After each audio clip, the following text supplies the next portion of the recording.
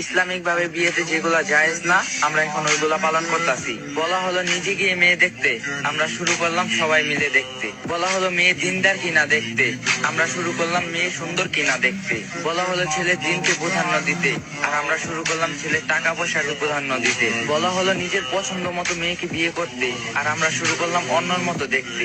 বলা হলো মেয়ের মতামত নিয়ে বিয়ে দিতে, আর আমরা শুরু করলাম নিজের ইচ্ছাতে বাধ্য হয়ে বিয়ে দিতে। বলা হলো কম খরচে বিয়ে করতে, আর আমরা শুরু করলাম অনুষ্ঠানের নামে টাকা অপচয় করতে।